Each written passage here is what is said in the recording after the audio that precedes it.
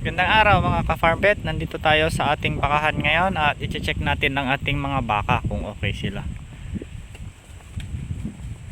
So meron tayong case dito, yung isang baka natin namimilay. So kailangan nating gamutin. Ayun oh. Sakit yung paa niya. So i-check natin. So check natin guys yung paa niya. Kung anong paa niya namimilay. Ayun. So yung kanang paa niya sa harap ang hindi niya, ayun, masakit ang kanyang paa sa harap guys. Parang yung tuhod niya ang may tama. So usually yung ginagamot natin dyan ay ganito. Okay, oxytetracycline, Terramycin LA na branded.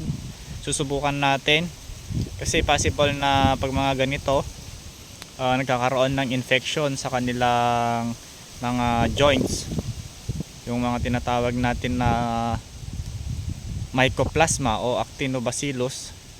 Possible na yun yung tumatama sa kanyang mga paa. So i-injectan natin siya, hopefully makarecover. Pero kung hindi siya makarecover, magbibigay pa tayo ng anti-inflammatory sa kanyang paa. Obserbahan muna natin kung makakarecover sa dose ng antibiotic na ibibigay natin ngayon. So itong antibiotic guys, long acting na siya. So 3 days na sa katawan ng ating mga alaga. Pagka-inject natin hanggang 3 days, kahit hindi tayo mag-inject, nandun pa rin yung epekto. So pagka bacterial in nature o infection, possible na pwedeng magamot. Pero pagka inflammation o di kaya may tumusok sa kanyang paa, yun yung mahihirapan tayong manggamot sa kanya kasi kailangan natin ng mga corticosteroids, anti-inflammatory, or di kaya kailangan natin i-check maigi yung kanyang paa sa baba para makita natin kung natusok ba o may sugat kaya siya namimilay. So yun yung mahirap doon. So ito, check natin yung iba.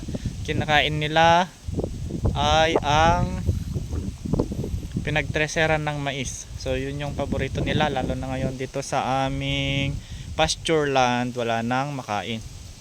Ito yung iba, yun din, kinakain nila. Undang.